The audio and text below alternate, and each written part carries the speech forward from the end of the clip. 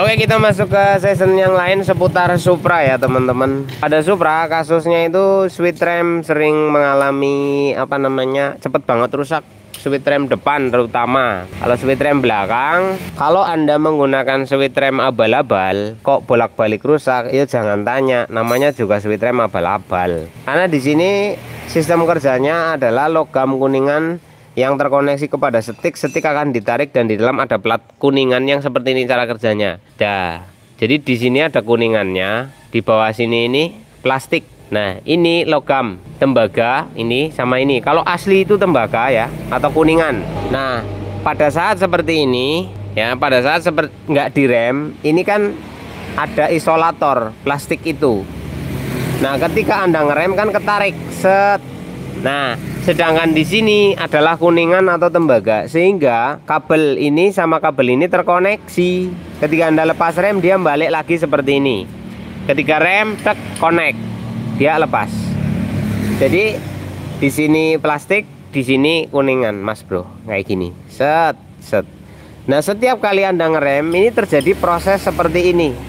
Gesrek-gesrek. Nah, yang sering terjadi adalah pada saat kondisi tembaga atau kuningan ini mengalami panas, ya ini panas, karena jenengan itu ngerem lama. Contohnya di lampu merah Anda ngerem, jet ya, direm terus itu teman-teman. Walhasil tembaga dan kuningan ini teraliri listrik dan menciptakan suhu yang panas, ya panas. Nah, ketika Anda lepas rem, set, di sini masih panas. Nah, isolatornya ini mengalami leleh. Nah, lelehan dari isolator ini akan mengotori tembaga yang ada di sini. Sehingga ketika Anda rem, itu listrik tetap nggak ngalir. Akhirnya dianggap mati karena lampu remnya nggak dapat arus listrik. Nah, kalau barang original, barang bagus, itu isolatornya udah anti panas ya, isolatornya itu anti panas. Jadi walaupun direm berlama-lama, arus listrik ngalir, panas, ketika dilepas dia tidak mengalami efek pelelehan karena barang bagus. Jadi solusinya apa? Kalau sweet rem bolak-balik rusak, belikan yang bagus ya, original lah gitu. Nah, hati-hati beli barang ori di online. Nah, ori abal-abal itu kayak gitu ya teman-teman. Nah, kemudian untuk sweet rem depan bolak-balik rusak, kita di sini melihat ada sebuah benda. Inilah sweet remnya. Jadi ketika Anda tidak ngerem, ini tombol ini akan diam. Nah, perhatikan tombolnya, ketika ditekan tombolnya keluar. Nah, di dalam tombol ini terkoneksi dua tembaga. Di sini ada kabelnya ya teman-teman. Nah, ini ada kabel ya, koneksi kepada ini. Ini kerjanya sama kayak tadi. Jadi ketika Anda rem, dia akan connect seret. Ketika Anda lepas rem, dia akan melepaskan diri. Nah, yang rusak biasanya tembaga ini. Kenapa bolak-balik rusak? Bisa karena barangnya jelek, kualitasnya nggak bagus. Saya beli ori, pastikan dulu orinya ori beneran apa enggak. Nah, kenapa ini cepat mengalami kerusakan? Satu, Pak, ini posisinya kan kayak gini. Nah, ini teman-teman bisa lihat celahnya. Ntar ya, saya kasih dekat. Nah, itu Pak, Bapak lihat celah di sana Pak. Lah, ini ada celah Pak. Lah, ini bisa dimasukin kuku Pak. Nah Pak, ya Pak ya. Olah gambarnya. Nah, itu Pak. Itu Pak. Itu Pak, masalahnya adalah sering hujan-hujanan Pak. Kalau lagi hujan kita jalan, airnya masuk ke dalam switch Pak. Nah, gerakannya si switch ini Pak. Nah, ini Pak. Maju mundurnya ini Pak, benda kecil ini Pak. Nah, ini Pak. Itu oleh pegas Pak ya, karena adanya pegas. Nah, pegas itu kalau kena air lama-lama karaten, efek kotor. Itu di sini masalahnya Pak, karena ini berada di tempat yang terbuka Pak ya. Ini terbuka Pak, jalan ada air ya pasti ketabrak, menyusuplah air itu ke dalam sana. Makanya ini boros, sweet remnya boros. Apalagi kalau sampai merenggang seperti itu Pak. Nah, caranya biar kalau mau awet beli ya Pak ya, kemudian Bapak lapisi pakai lem ya, nggak apa-apa, telaten sedikit tapi awet Pak. Bagian celah sambungannya ini dilapisi pakai lem, muter ya Pak ya, tapi sweetnya jadi lem Pak, nanti nggak bisa gerak ya. ya, itu. Jadi meminimalisir lah paling tidak. Itu akan lebih awet Pak. Dikasih lem dulu, muter, nanti rapet baru pasang. Kalau langsung ya kena air lagi, apalagi itu merek non ori. Kalah ya, barang nggak asli itu kena air ya cepet banget rusak. Nah, itu sedikit informasi. Di tempat saya ada nggak yang bagus? Saya punya barang bukan ori Pak, standar umum lah Pak ya. Jadi silakan beli sendiri yang original barangnya. Oke, saya masih ada waktu sedikit sebelum saya harus ngarit ya. Monggo seputaran sesuai tema aja ya Mas Bro, yang mungkin bisa saya jawab. Kalau saya nggak bisa jawab ya nggak tak jawab. Wong ora iso anjuk piye. Ini Supra udah selesai ya Pak ya. Nanti tak pasangi bodi dan kita nyatakan kelar. Supra. Jenis Supra ini remnya itu suka keras tapi motornya nggak berhenti. Ya, di rem itu alot, wis atos semen, tapi roda masih tetap jalan. Masalahnya di mana? Nah, pada kasus kayak gitu masalah di sini, di perangkat yang ada di sini. Jadi rem tidak empuk, atos tapi ora pakem. Ini tidak ada space. Jadi cek aja kalian, tahan rodanya jangan sampai gerak kayak gini, ditahan. Lalu teman-teman goyangkan ininya. Nah, ini harus ada goyangan. Jika ngececeng, maglek, itu masalahnya. Tidak ada space. Nah, yang diperbaiki apa? Cek video saya tentang perawatan rem cakram. Mau dijelasin ya panjang kali lebar. Mas Bun, kalau tarikan motor Supra berat kenapa ya? Nah, ini kita ada juga kasus. Ini Supra ini tarikannya berat ini. Nah, ini belum ketemu ya Mas Bro. Jadi motor ini itu kalau ditarik itu nggak mau lari. Ini motornya mentok, larinya mentok teman-teman. Larinya mentok. Kita sudah melakukan uji coba dari pengapian sampai karbu sampai 10 udah dites semua pakai yang waras pedigas. Itu belum ketemu masalahnya. Tapi saya sekarang menyimpulkan ini masalahnya di noken asnya Mas Bro. Jadi ini Mas. Jadi motor itu mentok. Rata-rata kasusnya Supra itu mentok. Jadi rasanya kaya pol melayune ki 50 swidak ngono kuwi. Sering nggak kedeteksi ya. Jadi kayak limit gitu.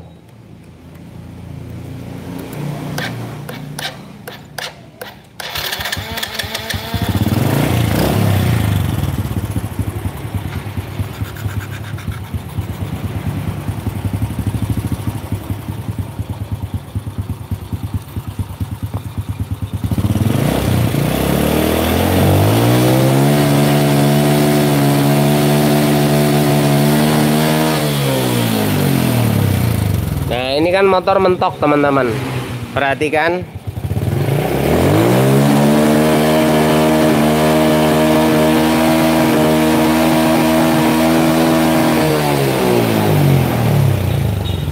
Itu nggak mau nambah kecepatannya, itu posisi diem aja udah kerasa dia itu mentok, larinya itu mentok ya teman-teman. Ini akan banyak hal yang dicurigai. Satu, pulser, yang kedua CDI, yang ketiga koil ya. Ini umum, kecurigaan umum. Nah, pada unit ini saya udah coba ganti koil original, sama saja. Karburator saya ganti original, sama saja Mas Bro, nggak ada bedanya. Sepul sak pulsere original dicoba, sama saja Mas Bro, nggak ada bedanya. CDI diganti, sama saja, nggak ada bedanya. Itu. Nah, ini masalahnya apa? Noken as. Noken as dibuka itu kelihatannya normal. Wah, noken AC bener normal, tapi lipnya itu udah beda Mas Bro. Jadi ada keausan yang secara terus menerus sehingga membentuk noken as itu kayak normal. Ini kasusnya motor nggak bisa tinggi, gandul ketahan segitu terus. Tapi dari 3 perkara tadi, pulser,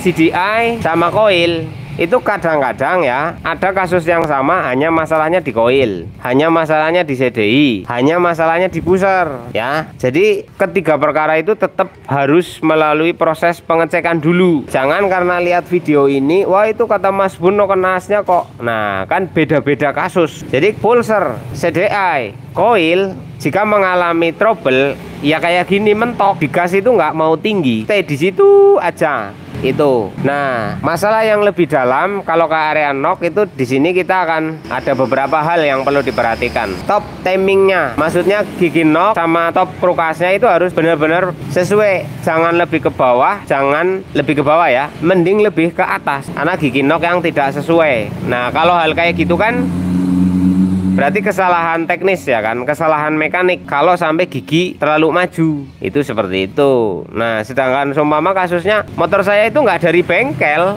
normal aja awalnya gitu loh, tiba-tiba mengalami kayak gitu, digas mentok. Nah berarti kan gigi nok belum diubah-ubah. Kalau keteng ini lompat kemungkinannya sangat sedikit. Jadi kalau keteng ini loncat itu kemungkinannya sangat sedikit karena ini tipe roller. Beda sama tipe silent. Kalau tipe silent itu kemungkinan lompat bisa terjadi. Tapi kalau keteng ini jarang. Kalau sampai lompat itu suaranya udah serem banget. Keteng roller kok sampai lompat gigi itu serem banget pasti bunyinya. Kayak gitu ya Mas Bro. Ini sudah saya cek dari sepul, tak coba ganti. Maksudnya dipasang yang waras nggak berubah. CDI yang waras nggak berubah. Koil ini barusan tak coba pakai yang waras nggak kacek. Karburator sak perangkat dia nggak kacek. Nah kemudian di area noken as ini ada kecurigaan, suaranya nggak bisa halus. Ini kemelitik terus. Ya rantai keteng udah normal, tapi suaranya kemelitik terus nih di sini.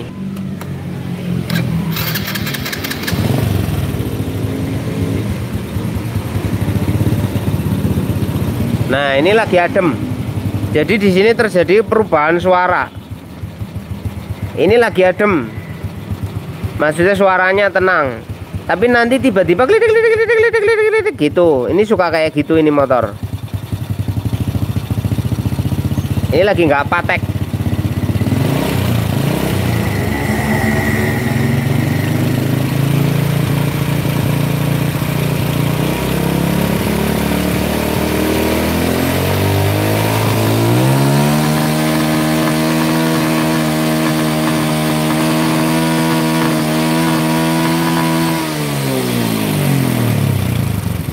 Ini kalau dibawa lari kayaknya di angka 60, 70, 80 lah paling pol. Dengan suara mesin yang posisi di jagang aja kayak gini gitu loh. Ini noken asnya sudah mengalami nilai ketinggian yang nggak sesuai. Sehingga pada putaran atas dia nggak nutut.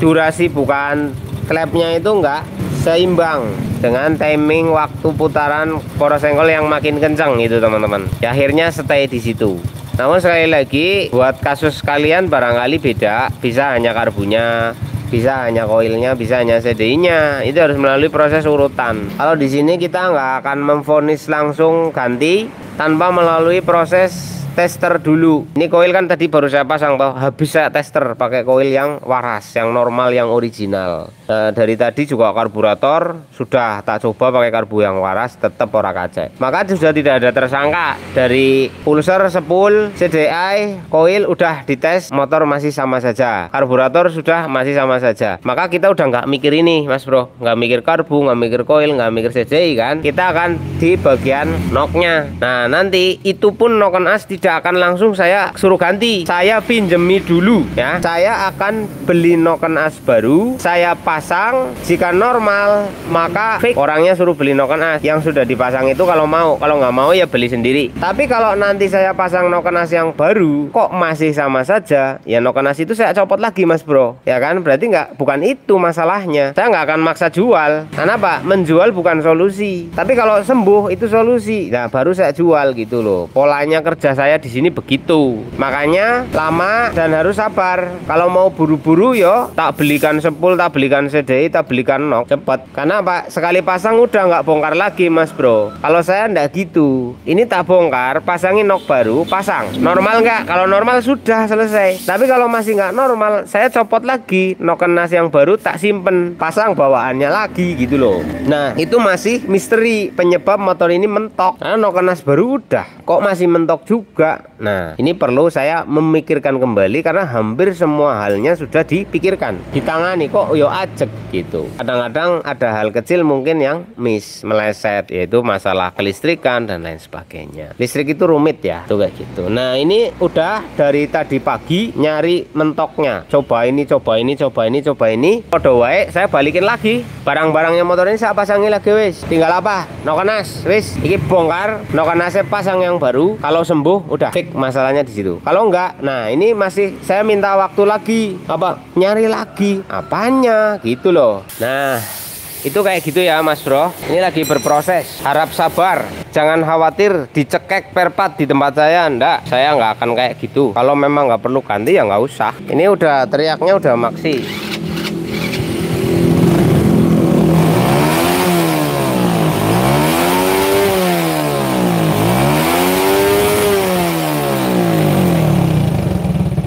Ini normal. Jadi di player itu naik terus, geber terus, naik terus. Tenaga oke jos. Ini udah jadi Pak. Tinggal masang bodi ya Pak. Starternya udah oke Pak. Itu loh.